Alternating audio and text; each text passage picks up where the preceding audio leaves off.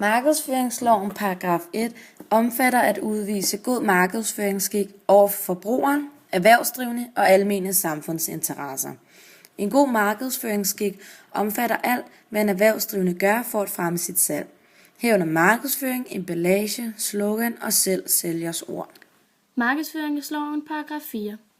Denne paragraf betyder, at det ikke er lovligt at lave en skjult reklame. Alle reklamer skal tydeligt vise, at det er en reklame, så forbrugeren er klar over, at personen udsættes for kommerciel påvirkning. Hvis dette ikke overholdes, kan det medføre bødestraf.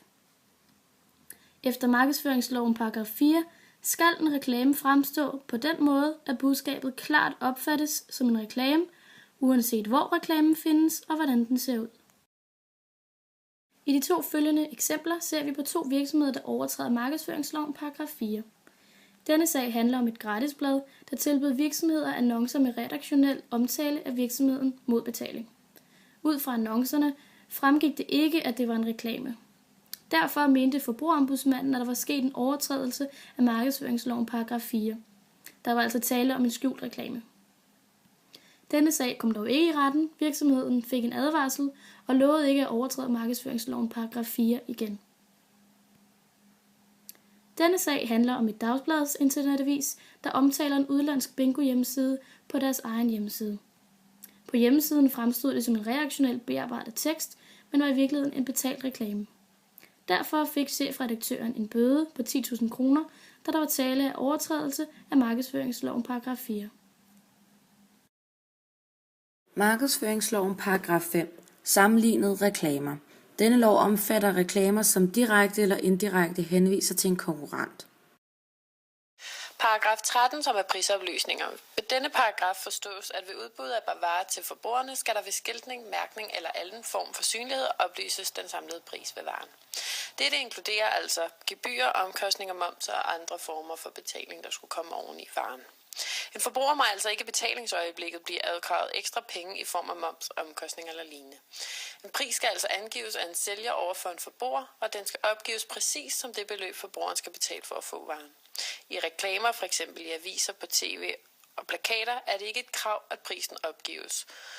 Dog, hvis den erhvervsdrivende er en producent eller grossist, der foreslår en pris for videresalg til forbrugerne, skal det tydeligt angives, at prisen er vejledende. Den illoyale medarbejder. Et eksempel fra det virkelige liv. Her er Børge. Børge arbejder i en virksomhed.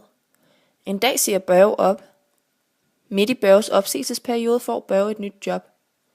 Børge han vil rigtig gerne give et godt indtryk hos sin kommende arbejdsgiver, så Børge udarbejder et tilbud til en kunde fra sit gamle arbejde midt i Børges opsigelsesperiode.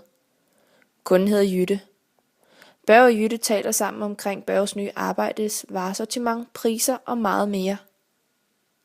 Børges gamle arbejdsgiver opdager det, og han bliver sur. Han søger om erstatningskrav over mistet provision grundet den manglende kunde, altså Jytte. Børge han bliver slæbt i højesteret, hvor de mente, at han havde groft tilsidesat sin loyalitetsforpligtelse. De undersøgte, om Børge var i strid med markedsføringsloven, paragraf 19 stykke 2, men det var Børge ikke, for de havde ikke nok beviser for, at Jytte ikke selv havde fundet frem til de oplysninger. De mente i stedet, at Børges kommende arbejdsgiver måtte have indset, at Børge havde tilsidesat sin loyalitetsforpligtelse ved at videregive oplysninger til Jytte. Derfor kom de frem til, at Børges kommende arbejdsgiver havde overtrådt markedsføringsloven paragraf 1, fordi at de ikke havde udvist god markedsføringsskik over for Børges gamle arbejdsgiver.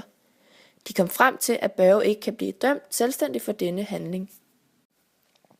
Derfor bliver Børge lettet, men det var altså kun kort. Højesteret tilkendte nemlig Børges arbejdsgiver en erstatning på 300.000, som Børges kommende arbejdsgiver og Børge hæftede solidarisk for. Dommen her viser, at en ansat ikke selv kan handle i strid med markedsføringslovens paragraf 1, og at god markedsføringsskik ikke kun omhandler korrekt udarbejdelse af reklamer, men i stedet for handler det mere generelt om, hvad man gør for at fremme et salg på en enten etisk eller på en uetisk måde. You say you never had it so good.